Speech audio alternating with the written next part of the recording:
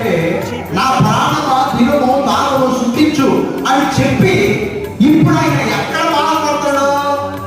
నరకములో బాధపడతాడు. విచారం చేయలేదైనా, దొంగతనం చేయలేదైనా, హత్యలు చేయలేదైనా, కానీ దేవుణ్ణి మహిమపరచలేదు, దేవుణ్ణి ఆరాధించలేదు, దేవుణ్ణి కొనియాడలేదు, దేవుణ్ణి స్తుతించలేదు, దేవునికి ప్రార్థన చేయలేదు. ఇప్పుడు నరకంలోకి వెళ్ళిన తర్వాత నా తండ్రి అయినా అబ్రహాము ఎక్కడ ప్రార్థన చేస్తున్నాడు?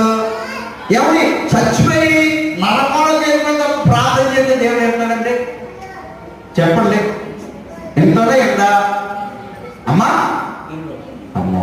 దేవుడు అక్కడ కూడా ప్రార్థన వింటాడు, కానీ ప్రార్థనకి జవాబు రాదు.